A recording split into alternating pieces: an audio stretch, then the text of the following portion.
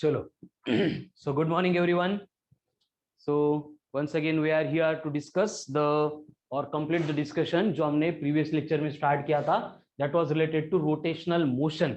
ठीक है, rotational motion. सबसे सिंपल टॉपिक है फ्रॉम मैकेनिक्स सेक्शन एंड सबसे ज्यादा वेटेज भी इसी टॉपिक को है. जैसे ग्रेविटेशन एंड रोटेशनल मोशन में स्टार्ट से बोल रहा हूं, ये दो टॉपिक करेंगे तो इनका वेटेज जो है वो thermal section and optic section के इक्विवेलेंट है.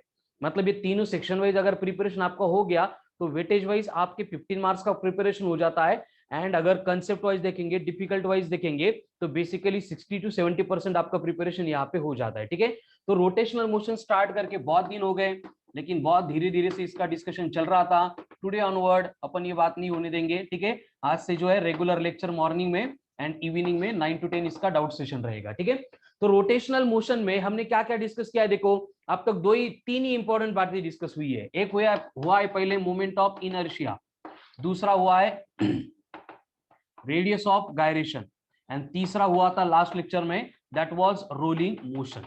रोलिंग मोशन एंड तीनों पार्ट को पढ़ने के लिए ये हमें रेडियस ऑफ गायरेशन यानी के जो है वो बहुत ज्यादा हेल्प करता है, क्योंकि हम डिस्कस करेंगे अबाउट कुछ फिक्स बॉडीज.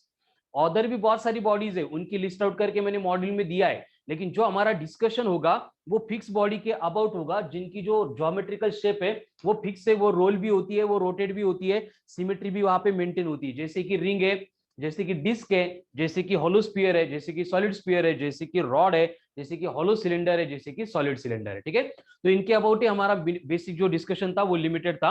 अब ये बेसिक सबसे इंपॉर्टेंट पार्ट यही है टॉपिक का, 70% यही पार्ट को कवर कर रहा है टॉपिक के. अब इसको छोड़ के जो बचा हुआ कंसेप्ट है उसको अपन आज यहाँ पे कंप्लीट करेंगे.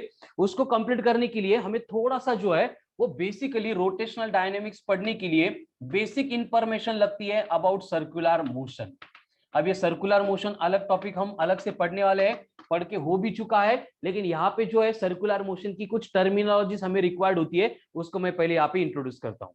देखो सर्कुलर मोशन पढ़ने के लिए हमें यहाँ पे सर्कुलर मोशन पढ़नी क्यों है, उसका बेसिक रीजन ये है कि रोटेशनल मोशन डिफाइन करने के लिए उसके डेफिनेशन में हमने एक वर्ड यूज किया था. अगर सब लोगों को याद है डेफिनेशन ऑफ रोटेशनल मोशन क्या थी? The motion in which every particle of the body performs circular motion. यानी कि रोटेशनल मोशन ये पूरे बॉडी की हो गई, लेकिन उसको स्टडी करने के लिए हमें हर एक पार्टिकल की जो मोशन है, जो मूवमेंट है वो कंसीडर करनी है जो सिमिलर टू सर्कुलर होगी. ठीक है, अब ये सर्कुलर मोशन मतलब क्या होता है? सर्कुलर मोशन मतलब होता है the motion of body along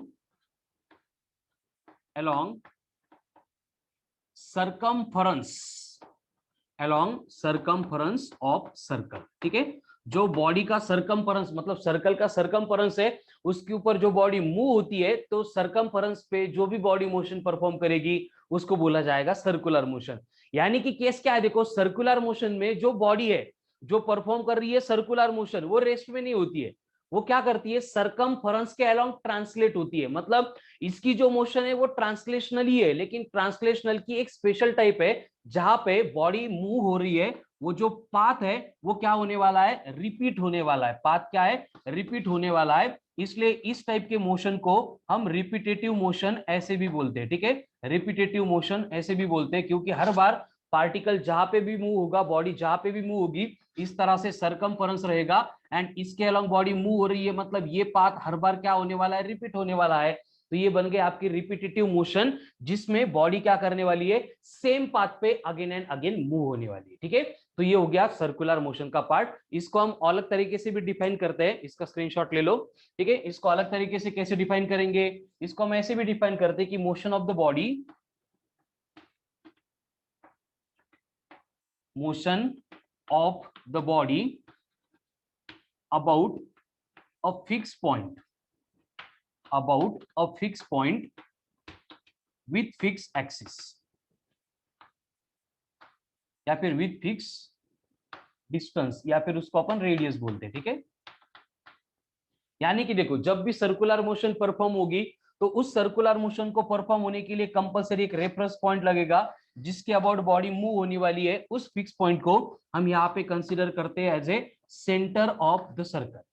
and उस फिक्स पॉइंट से बॉडी का जो डिस्टेंस है वो कभी चेंज नहीं होगा. बॉडी यहाँ पे तो भी आर रहेगा, बॉडी यहाँ पे तो भी आर रहेगा, बॉडी यहाँ पे तो भी आर रहेगा, बॉडी यहाँ पे तो भी आर रहेगा, एंड इस फिक्स डिस्टेंस को हम कंसिडर करेंगे as a radius of the circle. मतलब ये 9/10 की ज्योमेट्री आ गई फिर से।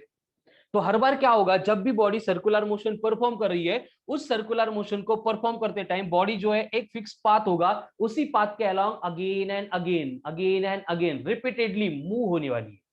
एंड इस फिक्स पाथ को हम कंसिडर करते हैं एज ए सरकमफरेंस। क्या बोलते हैं इसको? सरकमफरेंस। और ये सरकमफरेंस है, रेडियस है, सेंटर है, ये तीनों टर्मिनोलॉजी के अराउंड क्या होती है हमारी सर्कुलर मोशन, इधर उधर मतलब उसका डिस्कशन चलता रहता है। ठीक है, तो ये हो गया basic introduction of circular motion. यानी कि हम बोल सकते हैं कि सर्कुलर मोशन में बॉडी जो है वो एक्चुअल डिस्प्लेस होती है, लेकिन जहां पे बॉडी को डिस्प्लेस होना है उसका डिस्प्लेस होने का पाथ फिक्स है, एंड उस पाथ को हम बोल रहे हैं as a circumference of the circle. लेकिन प्रॉब्लम क्या हुआ, देखो जैसे हम मोशन पढ़ते हैं, है ना, ट्रांसलेशनल मोशन जो हमने 1D में पढ़ी थी, ट्रांसलेशनल मोशन। तो ये ट्रांसलेशनल मोशन पढ़ने के लिए हमारे पास क्या क्या था? सबसे पहले हम डिफाइन करते थे पोजीशन को। याद करो सब लोग 1D के लेक्चर। पोजीशन मतलब क्या था?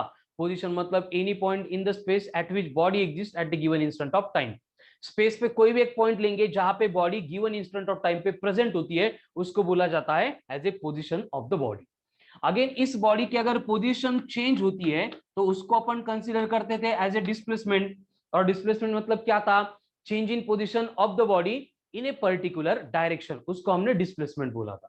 अगेन ये डिस्प्लेसमेंट चेंज होने का जो रेट था उसको हम वेलोसिटी बोलते थे, एंड ये वेलोसिटी इक्वल्स टू क्या था? डिस्प्लेसमेंट पर यूनिट टाइम था। डिस्प्लेसमेंट का नोटेशन एक्स है। तो यहां से हमें वेलोसिटी मिलती थी। आगे जाके हम देखते थे कि यहाँ पे वेलोसिटी जो है वो भी अगेन चेंज होती है, एंड चेंज इन वेलोसिटी को हम यहाँ पे एक्सेलरेशन बोलते थे, which is given bye again dv/dt, change in velocity per unit time. ठीक है, तो ये बातें जो है हमने स्ट्रेट लाइन यानी ट्रांसलेशनल मोशन यानी मोशन अलोंग स्ट्रेट लाइन में बहुत ज्यादा डिटेल में बहुत ज्यादा टाइम देके इनको डिस्कस किया था। लेकिन अब की जो मोशन, आज की जो मोशन हम यहाँ पे पढ़ने जा रहे हैं, वहां पे प्रॉब्लम क्या है देखो, कि हर बार बॉडी जो है यहाँ पे ट्रांसलेशनल मोशन में जैसे पोजीशन ए थी, बाद में बॉडी पोजीशन पे चली गई, मतलब वो बॉडी जो है एक पाथ पे एक ही बार ट्रेवल करती थी। लेकिन यहाँ पे हम ट्रांसलेशनल मोशन के पैरेलल में सर्कुलर मोशन को पढ़ने वाले हैं। और सर्कुलर मोशन का लिमिटेशन हमने देखा है कि यहाँ पे पाथ जो है वो रिपीटेटिव है। तो पाथ रिपीटेटिव होने से क्या होता है, देखो कि अगर मैंने यहाँ पे ऐसे सरकमफरेंस ड्रॉ किया और बोला कि बॉडी ए से स्टार्ट हो रही है डिस्प्लेस होना, और बॉडी क्या कर रही है, एक राउंड कंप्लीट करके वापस ए पे आ रही है। अब कंडीशन क्या हो गई, देखो निकली थी ए से, वापस आ गई ए पे, मतलब इनिशियल फाइनल पोजीशन सेम है, तो डिस्प्लेसमेंट कितना हुआ? 0 हो गया। अगर डिस्प्लेसमेंट 0 हुआ तो वेलोसिटी भी 0 होगी, वेलोसिटी 0 होगी मतलब एक्सेलरेशन भी 0 हो गया। मतलब पूरा मैकेनिक्स का पार्ट यहाँ पे स्टडी नहीं कर सकते क्योंकि सारे टर्म्स तो 0 आ रही है। लेकिन हम देख रहे थे, समझ रहे थे, हमें फील हो रहा था कि बॉडी तो मूव कर रही थी, मोशन में थी, तो उसकी मोशन को हम मतलब इक्वेशंस के फॉर्म में प्रूव नहीं कर सकते, उसके साथ इंटरप्रिटेशन पॉसिबल नहीं है। इसलिए हम क्या करते, देखो आगे की बातें बहुत इंपॉर्टेंट है, 2-4 स्टेटमेंट। इसलिए हम क्या करते हैं कि जो पार्ट सरकमफरेंस पे होने वाला है, अब सरकमफरेंस पे क्या होने वाला है, उसके लिए 2 रेफरेंस पोजीशन लेते हैं। ठीक है, पहले इनिशियल पोजीशन है ए, देन फाइनल पोजीशन है बी। ए से लेके बी तक जाते टाइम पार्टिकल क्या कर रहा है, इस पाथ के अलोंग मूव हो रहा है, एंड इस पाथ को हम कंसीडर करते हैं डेल्टा एस, यानी कि ये बनती है हमारी आर्क लेंथ। तो हम क्या करते हैं, हर बार बॉडी या फिर पार्टिकल जहां कहीं पे भी होगा उसके पोजीशन को सेंटर के साथ कनेक्ट करते हैं और उसकी डायरेक्शन टुवर्ड सेंटर रख देते हैं। ठीक है, तो यहाँ पे ये जो है बॉडी का रेडियस वेक्टर बना और पोजीशन वेक्टर बना, या फिर हम यहाँ पे ओरिजिन से बॉडी की पोजीशन पे ड्रॉ करते हैं। तो यहाँ पे हमने O to A या फिर O to B ये दोनों ड्रॉ किए, तो ये OA है या फिर OB है, इसको अपन रेडियस बोल सकते हैं या फिर रेडियस वेक्टर बोल सकते हैं या फिर पोजीशन वेक्टर बोल सकते हैं। ठीक है, सबकी मीनिंग सेम है, रेडियस वेक्टर है या फिर पोजीशन वेक्टर है। तो कंडीशन क्या है कि हमें मालूम है एक चक्कर के बाद ये 0 होने वाला है, इसलिए हम सर्कुलर मोशन में करते क्या है कि जो कुछ भी सरकमफरेंस पे हो रहा था उसको सेंटर पे रिप्रेजेंट करते हैं। वंस अगेन, हम सर्कुलर मोशन में चेंज क्या करते हैं कि जो कुछ भी सरकमफरेंस पे हो रहा था उसको हम सेंटर पे रिप्रेजेंट करते हैं with the help of radius. And radius help करने के बाद हमें समझ में आ गया कि 2 रेडियस के बिटवीन का एंगल मतलब ये एंगुलर डिस्प्लेसमेंट हो गया। मतलब हर बार हम क्या करेंगे, जो ट्रांसलेशनल मोशन में लीनियर टर्म्स थी उनको हम क्या करेंगे, एंगुलर टर्म में कन्वर्ट करेंगे with the help of radius. कैसे, मैंने डायग्राम में शो किया है, देखो समझ में आ रहा है, एकदम सिंपल है सर्कुलर मोशन, कुछ भी अलग पढ़ना नहीं है, नया पढ़ना नहीं है। जो बातें ट्रांसलेशनल मोशन में पढ़ चुके हैं वही बातें उनका ही रिपीटेशन है। मतलब यहाँ पे भी डिस्प्लेसमेंट था, इधर भी डिस्प्लेसमेंट आएगा, यहाँ पे भी वेलोसिटी थी, यहाँ पे भी वेलोसिटी आएगी, यहाँ पे भी एक्सेलरेशन था, यहाँ पे भी एक्सेलरेशन आएगा। लेकिन कंडीशन ये है कि सरकमफेरेंस पे होने वाले जो फेनोमेनन है वो हम क्या करते हैं, सेंटर पे रिप्रेजेंट करते हैं। सेंटर पे रिप्रेजेंट करने के लिए हमें हेल्प कौन कर रहा है, रेडियस कर रहा है। तो उसकी वजह से क्या क्या चेंजेस होते हैं वो अब हम यहाँ पे देखेंगे। ठीक है, मैंने डायग्राम रब कर दी। तो कंडीशन क्या है, देखो कि जैसे यहाँ पे पोजीशन थी वैसे सर्कुलर मोशन में हम इसको रिप्लेस करते हैं with the help of angular position. Position is replaced by angular position. अब एंगुलर पोजीशन एंड पोजीशन में डिफरेंस क्या होगा, पोजीशन में कोऑर्डिनेट्स होंगे लीनियर टर्म्स में, एंगुलर पोजीशन में वो इन terms of theta, in terms of angle आपको दिया जाएगा कि वो रेफरेंस लाइन के साथ कितना एंगल बना रहा है। ठीक है, उसके बाद में जैसे यहाँ पे ट्रांसलेशनल मोशन में डिस्प्लेसमेंट था, यहाँ पे सर्कुलर मोशन में आएगा एंगुलर डिस्प्लेसमेंट। और ये एंगुलर डिस्प्लेसमेंट जो है इसका नोटेशन हम थीटा रखेंगे। जैसे यहाँ पे लीनियर डिस्प्लेसमेंट एक्स था वैसे यहाँ पे एंगुलर डिस्प्लेसमेंट कौन है, थीटा है। ठीक है, ये यहाँ पे ड्रॉ करता हूं मैं, थीटा है। जैसे यहाँ पे वेलोसिटी थी वैसे यहाँ पे कौन होगा, यहाँ पे बनेगी एंगुलर वेलोसिटी।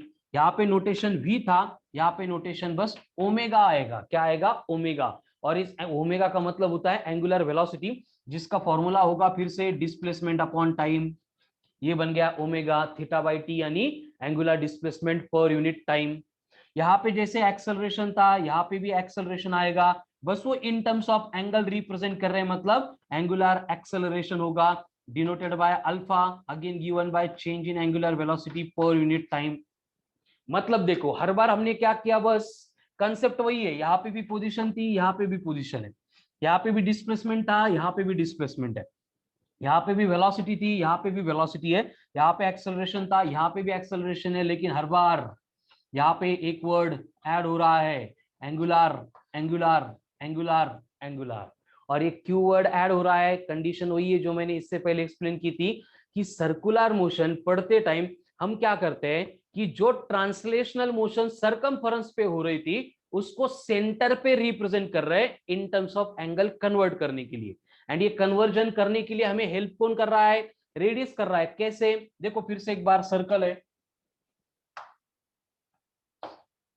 सर्कल है, ए से लेके बी तक ये डिस्प्लेसमेंट हो रहा है, हम रेडियस ड्रॉ करके उसको सेंटर पे रिप्रेजेंट कर रहे हैं। मतलब हर बार ये linear terms and angular terms की बिटवीन का जो रिलेशन है उसको बनाने के लिए हमें हेल्प कौन करेगा, रेडियस करेगा। कैसे हेल्प करेगा, देखो जैसे डिस्प्लेसमेंट एक्स होता है, एंगुलर डिस्प्लेसमेंट थीटा होता है, तो इन दोनों के बिटवीन का रिलेशन होता है, ये एक्स को मैं एस भी बोल सकता हूं, तो ये रिलेशन होता है S equals to R into theta. मतलब देखो यस एंड थीटा सेम है, बस ये आर क्या कर रहा है, सेंटर पे कनेक्ट कर रहा है, इसलिए थीटा के साथ मैंने आर लिया। उसी तरह से ये जो वेलोसिटी थी ये एंगुलर वेलोसिटी, मतलब दोनों बातें सेम रहेगी, तो ये v एंड ओमेगा को कनेक्ट कौन करेगा, बस रेडियस करेगा। मतलब v and omega both are same, but linear को in terms of angular convert करने के लिए यहाँ पे रेडियस मुझे हेल्प कर रहा है, इसलिए मैंने r को इंट्रोड्यूस किया है। उसी तरह से ये acceleration and angular acceleration same ही होंगे, बस उनको कनेक्ट करने के लिए हेल्प कौन करेगा, रेडियस करेगा। इसलिए हर बार यहाँ पे जो भी फॉर्मूले आ रहे हैं उसमें मैं रेडियस को इंट्रोड्यूस कर रहा हूं। तो यस एंड थीटा मतलब ये लीनियर एंड ये एंगुलर टर्म्स है, इनको कनेक्ट करने वाला रेडियस है। ठीक है, बोर्ड पे जो डेटा दिख रहा है एकदम ध्यान से देखो, ये अगर क्लियर हो गया तो सर्कुलर मोशन का जितना भी पार्ट हमें यहाँ पे पढ़ना है रोटेशनल मोशन में वो बातें सारी क्लियर हो जाएंगे। ठीक है, एक बार चेक करो, सब क्लियर है तो कमेंट में बोलो, कमेंट फास्ट।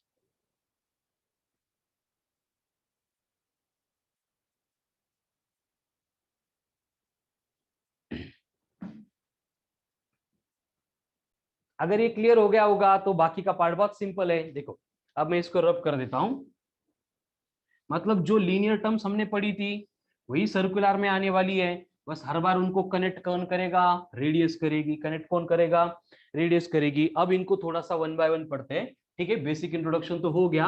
इसमें पहला आएगा एंगुलर डिस्प्लेसमेंट। एंगुलर डिस्प्लेसमेंट, अब ये एंगुलर डिस्प्लेसमेंट जो है थीटा, और अगर बहुत छोटा छोटा है तो डेल्टा थीटा से हम डिनोट कर सकते हैं। तो ये एंगुलर डिस्प्लेसमेंट मतलब है क्या, देखो इसकी डेफिनेशन ऐसी है, angle described bye radius vector at the center of circle, at the center of circle in the given interval of time।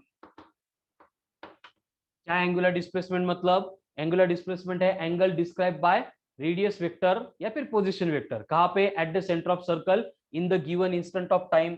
यानी कि फॉर एग्जांपल आपको ये सर्कल दिया है, ये सर्कल का सेंटर है O, तो पार्टिकल अगर पर्टिकुलर टाइम इंटरवल में ए से लेके बी तक ट्रैवल कर रहा है, और मैं ओ से लेके ए तक, ओ से लेके बी तक अगर इस तरह से इनको ज्वाइन कर दूंगा, तो ये ओ ए या फिर ओ बी, इनको हम बोलते हैं रेडियस वेक्टर या फिर पोजीशन वेक्टर। तो ये जितना एंगल डिस्क्राइब करेंगे, जितना एंगल कवर करेंगे, ये बनेगा थीटा, जिसको अपन एंगुलर डिस्प्लेसमेंट बोल रहे हैं।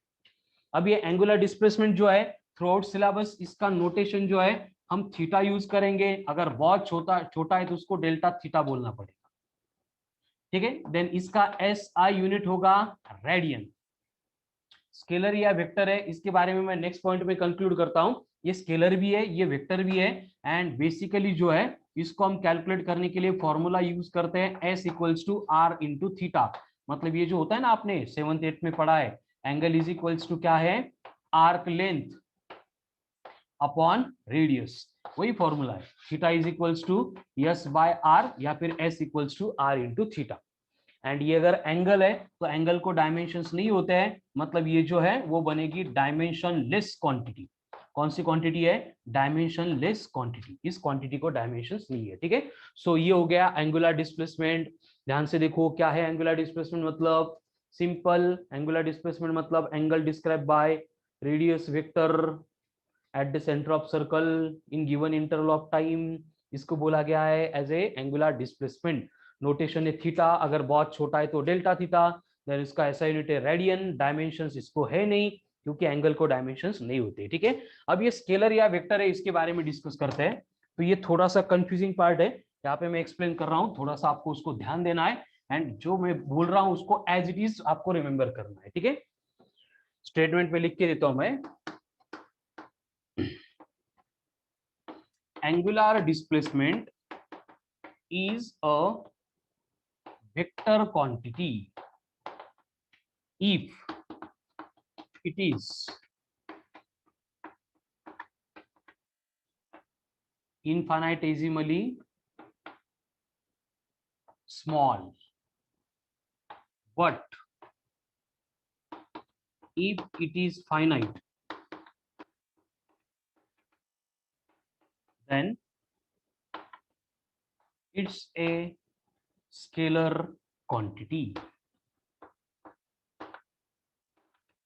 क्या है, देखो कि एंगुलर डिस्प्लेसमेंट जो है वो अगर इतनी स्मॉल है, कितनी स्मॉल है, इनफाइनाइटेसिमली स्मॉल है, तो उस केस में वो वेक्टर है।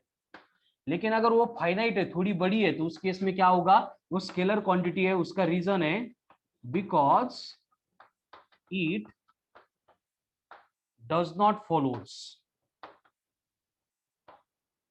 Laws of vector algebra.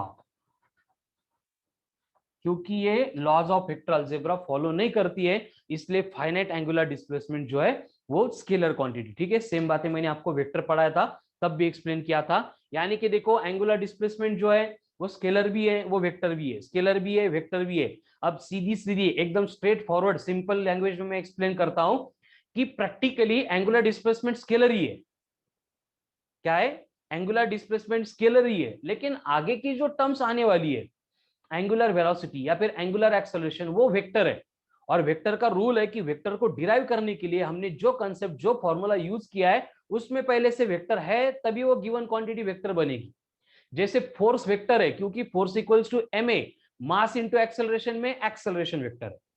Acceleration vector है because acceleration equal to change in velocity per unit time में वेलोसिटी वेक्टर है। देन वेलोसिटी वेक्टर है क्योंकि velocity is displacement per unit time में डिस्प्लेसमेंट वेक्टर है।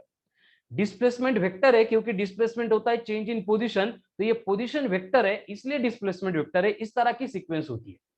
तो एंगुलर वेलोसिटी, एंगुलर एक्सेलरेशन ये भी वेक्टर है। तो उनको डिराइव करने के लिए ये स्केलर वाला एंगुलर डिस्प्लेसमेंट कुछ काम का था नहीं, इसलिए हमने एक प्रेडिक्टेड केस बनाई। ये इनफाइनेटेसिमली स्मॉल एंगुलर डिस्प्लेसमेंट, मतलब इतना स्मॉल कि उसको मेजर करने वाला जो टाइम है वो प्रैक्टिकली पॉसिबल नहीं है, इनफाइनेटेसिमली स्मॉल है। इतने छोटे टाइम में अगर एंगुलर डिस्प्लेसमेंट कैलकुलेट करेंगे तो वो वेक्टर है। मतलब बस ये थ्योरेटिकल पार्ट है, प्रैक्टिकली जो है एंगुलर डिस्प्लेसमेंट क्या है, स्केलर क्वांटिटी। ठीक है, is that clear? Come on fast. Angular displacement clear है? अभी इसमें कंफ्यूजन नहीं चाहिए मुझे।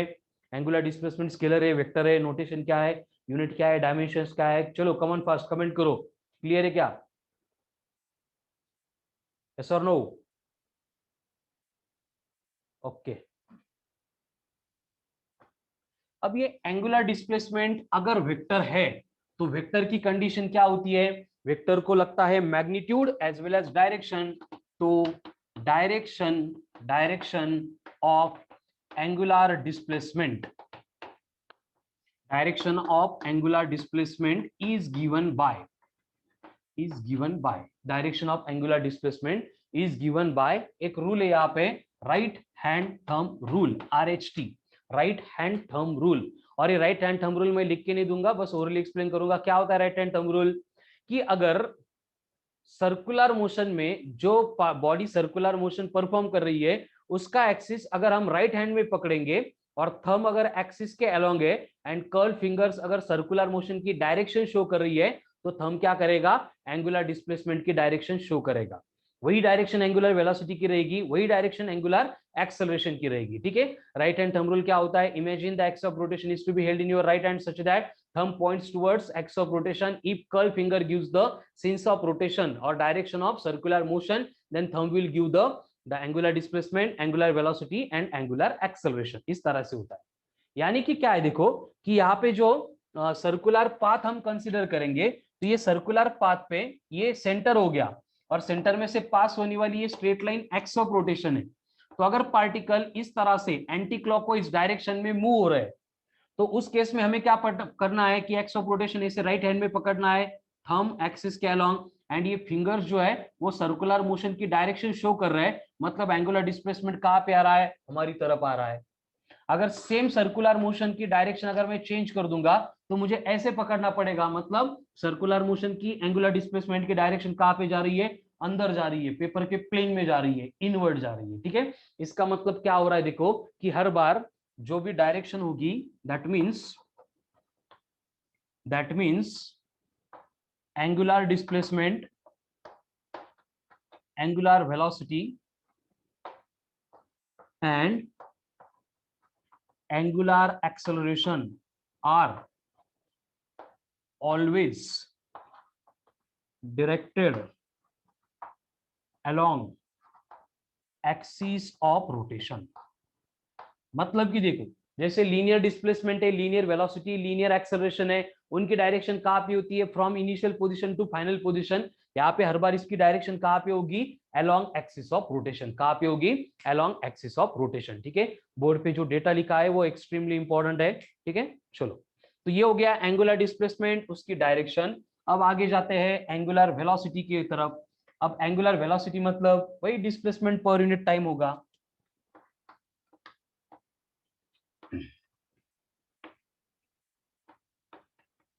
एंगुलर वेलोसिटी का नोटेशन होता है ओमेगा और इसकी डेफिनेशन क्या है? देखो एक्चुअल में डेफिनेशन ऐसी है, limiting time rate of change of angular displacement. ठीक है, अब ये लिमिटिंग का मतलब क्या होता है? ये लिमिटिंग का मतलब होता है इस तरह से, नोटेशन ओमेगा होगा, वेक्टर है। ये लिमिटिंग का मतलब होगा कि limit as delta T tends to 0 delta theta upon delta T. अब ये बस थ्योरेटिकल रिलेशन है, ये हम यूज नहीं करने वाले कभी भी। इसका मतलब ये होता है कि जब हमने ओमेगा कैलकुलेट करने के लिए थीटा कैलकुलेट करने का ट्राई किया, थीटा यानी एंगुलर डिस्प्लेसमेंट, तो इसको कैलकुलेट करने के लिए हमारे पास जो टाइम था, मतलब कितने टाइम में हमने एंगुलर डिस्प्लेसमेंट मेजर किया, वो कैसा था, टेंड्स टू जीरो। जीरो इतना था, जीरो नहीं था लेकिन जीरो इतना था, मतलब एक्सट्रीमली स्मॉल था, जो प्रैक्टिकली पॉसिबल ही नहीं। लेकिन इस तरह से डिफाइन क्यों करना पड़ा, इससे पहले का पॉइंट कि ये डिस्प्लेसमेंट जो है एंगुलर डिस्प्लेसमेंट, ये तभी वेक्टर है जब ये टाइम इनफाइनेटिसिमली स्मॉल है। तो ये बस थेरोटिकल रिलेशन है, लेकिन हम क्या करते हैं, इसको सिंप्लीफाई करके omega is equals to D theta by D T ऐसे सिंप्लीफाइड फॉर्मूला बना देते हैं। अब omega equals to D theta by D T हो गया। उसके बाद में omega is equals to, assume करो कि पार्टिकल क्या कर रहा है, एक चक्कर कंप्लीट कर रहा है, मतलब ए से निकल के ए पे आ रहा है। तो ड्यूरिंग वन रिवॉल्यूशन, एक चक्कर में वो कितना एंगल डिस्क्राइब करेगा, वो डिस्क्राइब करेगा 2 पाई 360 डिग्री। एंड उसको जो टाइम लगेगा वो होगा पीरियोडिक टाइम यानी टी। तो इसका मतलब मैं ओमेगा को ऐसे भी लिख सकता हूं, थीटा बाई टी, थीटा 2 पाई है तो टाइम कितना होगा, टी होगा। अगर बात एक रिवॉल्यूशन की चल रही है तो ओमेगा बनेगा 2 पाई बाई टी। एंड ये 1 अपॉन टी जो होता है, इसको अपन फ्रीक्वेंसी बोलते हैं, दैट इज यन। इसका मतलब ओमेगा का मुझे और एक फॉर्मूला मिल जाएगा, that will be 2 pi N. Omega equals to 2 pi by T, then omega equals to 2 pi N. And lecture के स्टार्ट में जो इंट्रोड्यूस किया था वी एंड आर का रिलेशन, वहां से ओमेगा बनेगा वी बाय आर। तो ये एक्सट्रीमली इंपॉर्टेंट फॉर्मूले है बोर्ड पे रिलेटेड टू एंगुलर वेलोसिटी। अब इसका यूनिट चाहिए तो क्या होगा, एंगल अपॉन टाइम है, मतलब यस आई यूनिट बनेगा रेडियन पर सेकंड। अब डायमेंशंस आएंगे, क्योंकि यहाँ पे टाइम है तो डायमेंशंस में बस t-1 होगा, बाकी कुछ नहीं होगा। अगेन ये स्केलर या वेक्टर है, इसको वेक्टर बनाने के लिए तो इतने एफर्ट्स लिए थे। एंड अगर ये वेक्टर है तो इसकी direction given by right hand thumb rule, यानी कि एंगुलर वेलोसिटी की डायरेक्शन पार्टिकल के मोशन के अलोंग नहीं है, टेंजेंट के अलोंग नहीं है, सरकमफेरेंस के अलोंग नहीं है, किसके अलोंग है, एक्स ऑफ रोटेशन के अलोंग है। ठीक है, तो बोर्ड पे जो डेटा दिख रहा है एक्सट्रीमली इंपॉर्टेंट है। आज के डीपीपी में बहुत सारे क्वेश्चंस आपको इससे रिलेटेड सॉल्व करना है। ठीक है, एंगुलर वेलोसिटी क्लियर है क्या, एंगुलर वेलोसिटी के सारे फॉर्मूले, सारी बातें। आकांक्षा जो है बेटा डाउट्स तो व्हाट्सएप पे बोलो, विल डिस्कस दिया।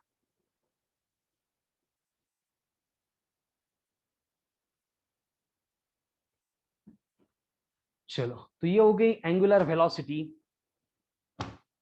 अब एंगुलर वेलोसिटी के बाद में हमें नेक्स्ट बातें पढ़नी है, दैट इज एंगुलर एक्सेलरेशन।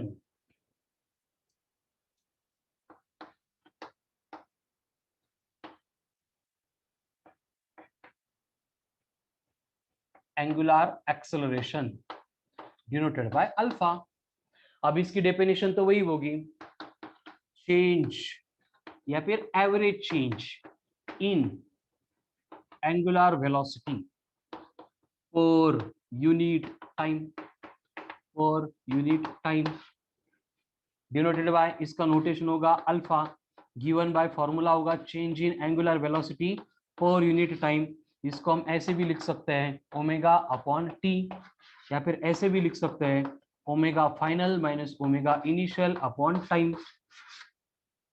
या फिर जो लेक्चर के स्टार्ट में रिलेशन देखा था A T equals to R alpha, उसके अकॉर्डिंग अल्फा इक्वल्स टू बनेगा ए टी अपॉन आर। तो 1 2 3 4 ये चारों फॉर्मूले है related to angular acceleration. Again इसका ऐसा यूनिट क्या होगा, ऐसा यूनिट होगा रेडियन पर सेकंड। रेडियन पर सेकंड ऐसा यूनिट हो गया, मतलब सॉरी सेकंड का स्क्वायर। तो डायमेंशंस बनेंगे t-2। अगेन ये वेक्टर क्वांटिटी है, एंड इस वेक्टर की डायरेक्शन हम कैलकुलेट करेंगे बाय यूजिंग फिर से राइट हैंड थंब रूल, यानी कि again angular displacement, angular velocity, angular acceleration जो है वो सेम डायरेक्शन में रहेंगे। बस यहाँ पे एक कंफ्यूजन वाला पॉइंट है जो मैं आपको स्टेटमेंट के फॉर्म में लिख के दूंगा। ठीक है, चलो बोर्ड पे जो है वो क्लियर है क्या। मनमत आला वाटतं आता उठून। चलो, अब ये एंगुलर एक्सेलरेशन जो है, इससे रिलेटेड एक कंफ्यूजन वाला पॉइंट है जो मैंने काइनेमेटिक्स 1D में भी बोला था, सेम पॉइंट यहाँ पे होगा कि if angular velocity is increasing then angular acceleration will be in the same direction as that of angular velocity, and उसको बोला जाएगा कॉल्ड एज एक्सेलरेशन, यानी एंगुलर एक्सेलरेशन। लेकिन but if angular velocity is decreasing, अगर angular velocity कम हो रही है, but if angular velocity is decreasing, then उसको अपन बोलेंगे एज ए रिटार्डेशन। क्या बोलेंगे? रिटार्डेशन, या फिर अल्टरनेट वर्ड होता है उसको डिसेलरेशन। एंगुलर ही है दोनों भी। If angular velocity is decreasing, then उसको बोला जाएगा रिटार्डेशन और deceleration, and will act in the opposite direction to that of angular velocity। ठीक है, मतलब अगर एंगुलर वेलोसिटी बढ़ रही है तो डायरेक्शन सेम होगी, लेकिन एंगुलर वेलोसिटी कम हो रही है तो एंगुलर एक्सेलरेशन जो है वो अपोजिट डायरेक्शन में क्या करेगा? एक्ट होगा। प्रणव करेक्ट है। ठीक है, यानी कि देखो जो स्टेटमेंट में लिखा था वो इक्वेशन के फॉर्म में कि if omega is increasing then omega is parallel to alpha, but if omega is decreasing then omega and alpha are anti parallel to each other. जो स्टेटमेंट में था वही इक्वेशन के फॉर्म में यहाँ पे लिखा है। ठीक है, ये सबसे कंफ्यूजिंग पॉइंट है। Is that clear? One fast clear है कि ये?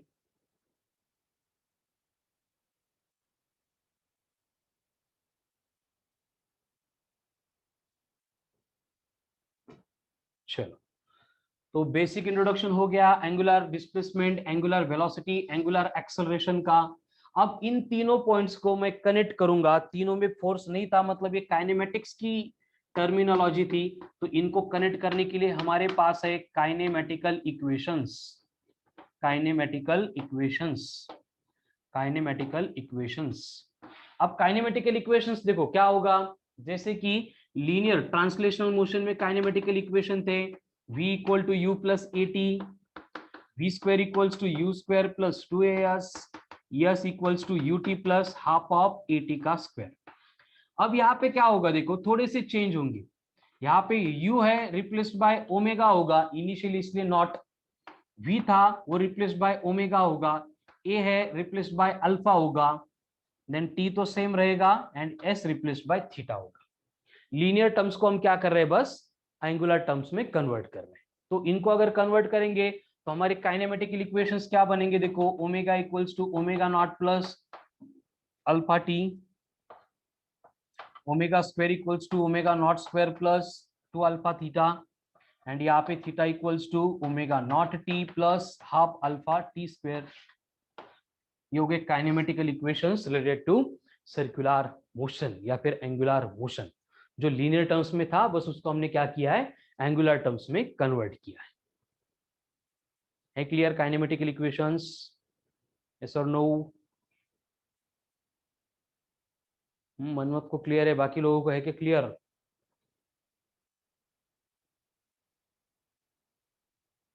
ठीक है क्लियर।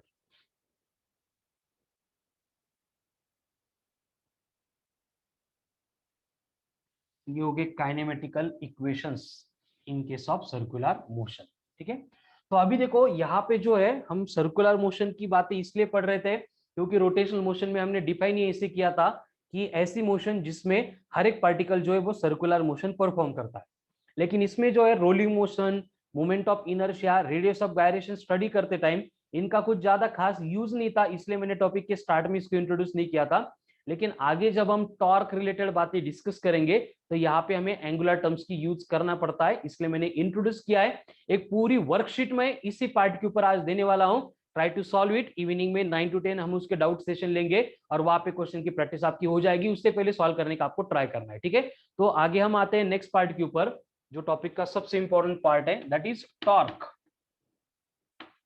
टॉर्क, अब ये टॉर्क मतलब क्या होता है, what is mean by torque? Simple words में बोलेंगे तो टॉर्क मतलब है रोटेशनल फोर्स और force required to rotate the body. एकदम सिंपल वर्ड में, ऐसे कोई वर्ड होता नहीं है, लेकिन समझने के लिए थोड़ा सा इजी जाना चाहिए, इसलिए मैं यहाँ पे लिख रहा हूँ। ठीक है, ऐसे कोई ऑथेंटिक नहीं है ये कि नहीं नहीं रोटेशनल फोर्स मतलब टॉर्क, ऐसे नहीं होता है। कंपेयर करने के लिए थोड़ा इजी जाता है, इसलिए मैंने लिखा है। देखो फोर्स मतलब क्या है कि एक बॉडी को एक पोजीशन से दूसरे पोजीशन पे डिस्प्लेस करना है। While displacing the body from one position to another position, there is a requirement of force. In same way, while rotating the body, a torque is required. जैसे body को displace करने के लिए force की requirement होती है, in the same way body को अगर हमें रोटेट करना है, घुमाना है, इन दैट केस हमें किसकी रिक्वायरमेंट होती है? टॉर्क की रिक्वायरमेंट होती है। तो टॉर्क मतलब क्या है? ऐसा फोर्स है, कपल ऑफ फोर्स है, थोड़ा डिफरेंट टाइप का फोर्स है, जो बॉडी को डिस्प्लेस नहीं करेगा, बॉडी को रोटेट करेगा। क्या करेगा? बॉडी को रोटेट करेगा। ठीक है, तो अब देखो ये टॉर्क मतलब क्या होता है। बेसिक कंडीशन ये है कि it is necessary to rotate the body. ये बॉडी को रोटेट करने के लिए नेसेसरी होता है, कंपलसरी होता है। अब ये टॉर्क जब भी हम बॉडी के ऊपर अप्लाई करते हैं, हम दो तरह से अप्लाई करते हैं। फर्स्ट कंडीशन होती है जिसको बोला जाता है couple of force. Couple of force यानी कि देखो कोई भी एक कंडीशन है, अभी मेरे हाथ में मार्कर नहीं है, ठीक है, ये पानी की बोतल लेता हूं। इस बोतल का मुझे क्या करना है? ये कैप है, इसको ओपन करना है, ढक्कन खोलना है। तो अगर मैं सिंगल मतलब फिंगर से या फिर ऐसे एक साइड से कितना भी फोर्स अप्लाई करूंगा तो ये ओपन नहीं होगा। इसको ओपन करने के लिए मुझे दो फिंगर्स इस तरह से अरेंज करने पड़ेंगे और वो क्या करेंगे? फोर्स अप्लाई करेंगे। देखो फोर्स कैसे अप्लाई होगा? ये वाला फिंगर अगर फॉरवर्ड जा रहा है तो ये थंब को पीछे आना पड़ेगा। ये थंब अगर पीछे आ रहा है, इसका मतलब क्या हो रहा है कि दो फिंगर्स जो है वो दो फोर्सेस अप्लाई कर रहे हैं, लेकिन फोर्सेस की डायरेक्शन क्या है? अपोजिट है। उसी केस में ये जो कैप है वो ओपन हो रही है, मतलब रोटेट हो रही है। ठीक है, तो कपल ऑफ फोर्स मतलब क्या होता है कि when a body is acted upon by two forces of equal magnitude but in the opposite direction.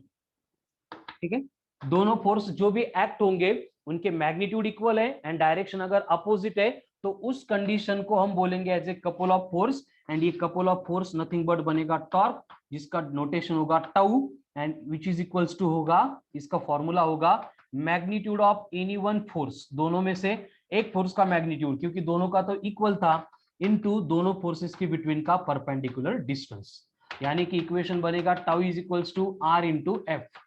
Torque equals to बना रेडियस यानी परपेंडिकुलर डिस्टेंस इनटू फोर्स। तो इसका जो है एसआई यूनिट होगा newton into metre, force into distance है। And dimensions बनेंगे L2 M1 T -2, मतलब डायमेंशन सेम है एज दैट ऑफ वर्क और एनर्जी, लेकिन ये डिफरेंट क्वांटिटी। ठीक है, डायमेंशंस होंगे L2 M1 T -2। Again torque जो है वो वेक्टर क्वांटिटी है एंड इसकी डायरेक्शन कहाँ पे होती है? परपेंडिकुलर टू बोथ, फोर्स को भी परपेंडिकुलर एंड रेडियस को भी परपेंडिकुलर। ठीक है, तो ये एक केस में कपल ऑफ फोर्स एक्ट होता है। लेकिन कभी कभी क्या होता है, जैसे घर का डोर है, उसको खोलने के लिए हमें दो दो फोर्स नहीं अप्लाई करने पड़ते। देखो घर का अगर डोर खोल रहे हैं तो उसको ऐसे दोनों हाथ से पकड़ के उखाड़ के ऐसे घुमा नहीं देते हम, वो फिक्स है एक साइड में, हम बस दूसरे साइड में पकड़ रहे हैं एंड टेंजेंशियल फोर्स अप्लाई कर रहे हैं और डोर क्या हो रहा है? रोटेट हो रहा है। तो उस केस में जो भी एक्ट होता है उसको हम कंसीडर करते हैं as a movement of force. Movement of force, तो मूवमेंट ऑफ फोर्स का मतलब क्या है? मूवमेंट ऑफ फोर्स का मतलब भी वही है, टॉर्क। तो मूवमेंट ऑफ फोर्स में क्या होता है कि when body is rotating about fixed axis. ठीक है, अगर बॉडी फिक्स एक्सिस के अबाउट रोटेट हो रही है तो हमें क्या करना पड़ता है? बस बॉडी को टेंजेंशियल फोर्स अप्लाई करना पड़ता है। एंड उस केस में भी अगेन टॉर्क का फॉर्मूला होगा perpendicular distance into tangential force, इसका यूनिट होगा न्यूटन इंटू मीटर, इसके डायमेंशंस होंगे L2 M1 T -2। सारी बातें सिमिलर रहेगी। डिफरेंस क्या है कि कपल में दो फोर्सेस लगते थे, मूवमेंट में एक ही फोर्स क्या करेगा? बॉडी को रोटेट करेगा। ठीक है, तो ये हो गया basic introduction of torque. And यही टॉर्क हमें रोटेशनल मोशन में डिस्कस करना है, क्योंकि रोटेशनल मोशन में होता क्या है कि बेसिकली बॉडी रोटेट होती है, एंड बॉडी के रोटेशन के लिए किसकी रिक्वायरमेंट होती है? टॉर्क की रिक्वायरमेंट होती है। ये ट्रांसलेशनल मोशन में हमने जनरल डिस्कस किया, टॉर्क इन केस ऑफ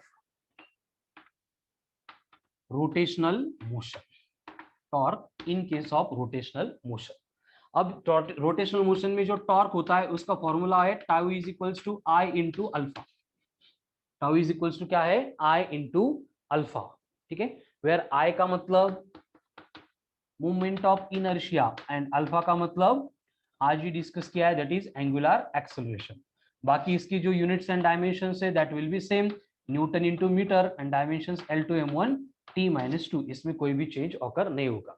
यानी कि जब भी टॉर्क रिलेटेड क्वेश्चन दिए जाएंगे हमें क्या करना पड़ेगा? एक फोर्स इंटू परपेंडिकुलर डिस्टेंस करना पड़ेगा is equals to I into alpha करना पड़ेगा।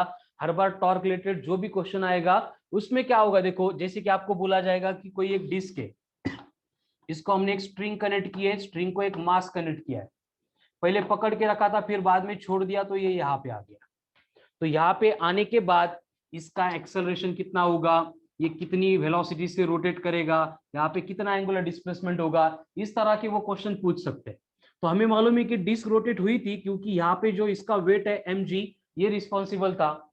डिस्क अगर यहाँ से इस फिक्स पॉइंट के अबाउट रोटेट हो गई थी मतलब ये परपेंडिकुलर डिस्टेंस हो गया रेडियस, यानी हम यहाँ पे लिख सकते हैं mg into R is equals to I. Disc के मतलब उसका मोमेंट ऑफ इनर्शिया मालूम है mr²/2 इंटू अल्फा, तो बाकी सारी बातें मालूम है तो हम यहाँ पे अल्फा कैलकुलेट कर सकते हैं, एंड अल्फा आ गया तो फिर वहां से हम ओमेगा एंड थीटा जो है वो कैलकुलेट कर सकते हैं, ठीक है। आज की वर्कशीट में जो क्वेश्चंस आएंगे उसमें सिमिलर टाइप के न्यूमेरिकल्स एमसीक्यू आपको सॉल्व करने हैं, एंड अगर हो रहे सॉल्व तो ठीक है, अदरवाइज इवनिंग में डाउट सेशन है तो आज हम उसको क्लियर ही करने वाले, ठीक है। तो ये हो गया torque acting on rotating body. अब टॉर्क के बाद में और एक कंसेप्ट है जिसको हमने पहले पढ़ लिया है लेकिन फिर से एक बार इंट्रोड्यूस करता हूं, that is angular momentum. Angular momentum, अब ये एंगुलर मोमेंटम का नोटेशन होता है एल। एंगुलर मोमेंटम का नोटेशन होता है एल, और एंगुलर मोमेंटम की डेफिनेशन होती है मोमेंट ऑफ लीनियर मोमेंटम।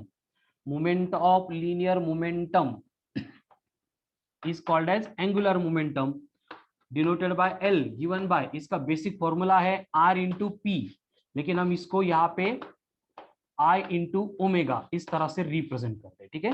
और ये कहाँ से आ रहा है? फर्स्ट लेक्चर था जिसमें मैंने कंपेयर करके बोला था ट्रांसलेशनल मोशन में जैसे P होता है linear momentum equal to mass into velocity, उसी तरह से रोटेशनल मोशन में L होता है angular momentum, mass replaced by I and V replaced by omega, ठीक है।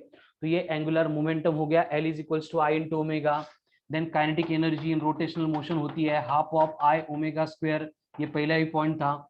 यहाँ पे हम क्या करेंगे, इसको ओमेगा अपॉन ओमेगा से मल्टीप्लाई करेंगे तो काइनेटिक एनर्जी बनेगी, सॉरी आई बाय आई से मल्टीप्लाई करेंगे तो काइनेटिक एनर्जी बनेगी I square omega square upon 2i, but I omega अगर रियल है तो ई बनेगा एल स्क्वायर अपॉन 2i, और सिंप्लीफाई करेंगे तो यल बनेगा root of 2 into I into E. ये हो गया relation between angular momentum and kinetic energy of the body performing rotational motion, ठीक है। अब इससे रिलेटेड लास्ट पॉइंट आता है टॉपिक का, that is conservation of angular momentum. Conservation of angular momentum,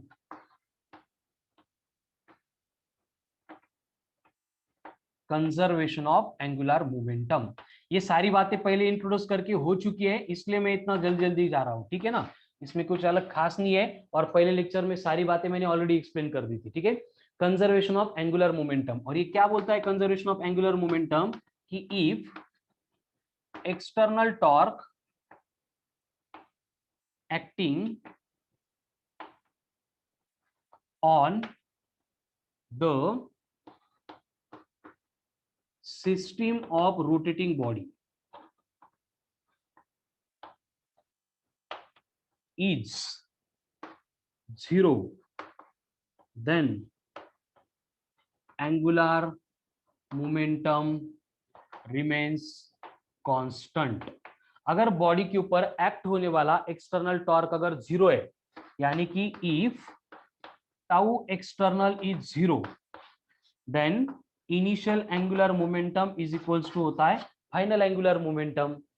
अगर इनिशियल एंगुलर मोमेंटम है तो वो बनेगा I1 omega 1, final angular momentum है तो वो बनेगा I2 ओमेगा 2। ठीक है, तो इस तरह के रोटेशनल डायनेमिक्स या फिर रोटेशनल मोशन इस टॉपिक के जो भी सिलेबस के कंटेंट के मोस्ट इंपॉर्टेंट पॉइंट है। 95% टाइम जिनसे रिलेटेड एग्जाम में क्वेश्चन आता है वो सारी बातें हमने यहाँ पे कंप्लीट कर ली है। ठीक है, क्या क्या इंपॉर्टेंट है, पहले सेंटर ऑफ मास, उसके बाद moment of inertia, then rotational kinetic energy, radius of gyration, rolling motion, torque, then circular motion की कुछ basic terminology, angular momentum and conservation of angular momentum. मतलब कि रोटेशनल मोशन पे आने वाला क्वेश्चन जो है वो बेसिकली तीन में से दो क्वेश्चन इसी के ऊपर आएंगे कंफर्म। और इनको छोड़ के और कुछ बातें जैसे कि rolling motion along horizontal plane है, या फिर टॉपलिंग ऑफ द बॉडी है, then equilibrium of the body है, जिसके ऊपर आने वाले जो क्वेश्चंस है वो नीट में लगभग नहीं आते, ज्यादा टाइम्स प्रोबेबिलिटी कम है, जेई में आते हैं, इसलिए हम उनको पढ़ेंगे छोड़ेंगे नहीं। ठीक है, लेकिन अभी जो मैंने यहाँ पे बेसिक पार्ट कंप्लीट किया है, आज दिन भर रोटेशनल डायनेमिक्स के थ्योरी के रिवीजन के लिए यूटिलाइज करो। जो भी मैं अभी डीपीपी सेंड कर रहा हूं, आज दिन भर बाकी सब्जेक्ट का थोड़ा सा अरेंज करो, 9 PM तक सारे डीपीपी कंप्लीट करके रखो, क्योंकि 9 to 10 की बिटवीन मैं जितनी डीपीपी दूंगा, 3 दूंगा, 4 दूंगा, उसका डिस्कशन हमें आज खत्म करना है, so that in tomorrow's lecture जो भी रिमेनिंग एप्लीकेशन बेस्ड पॉइंट है, एप्लीकेशन बेस्ड पार्ट है, वो हम डिस्कस करेंगे। ठीक है, तो यहाँ पे रोटेशनल डायनेमिक्स का जितना रिक्वायर्ड पार्ट है यहाँ पे कंप्लीट हुआ है, आपको इसी के ऊपर वर्क करना है, इसी के ऊपर डीपीपी आएगी, उनको ही सॉल्व करना है। जो बचा हुआ है एक्स्ट्रा का पार्ट वो हम स्किप नहीं कर रहे, हम ले रहे हैं, लेकिन इतना भी इंपॉर्टेंट नहीं, इसलिए उसको अपन कल पढ़ेंगे। ठीक है, तो आज के लिए इतना ही सफिशिएंट है। जो बातें बोली है वो ध्यान से सुनिए आपने, बस उसको इंप्लीमेंट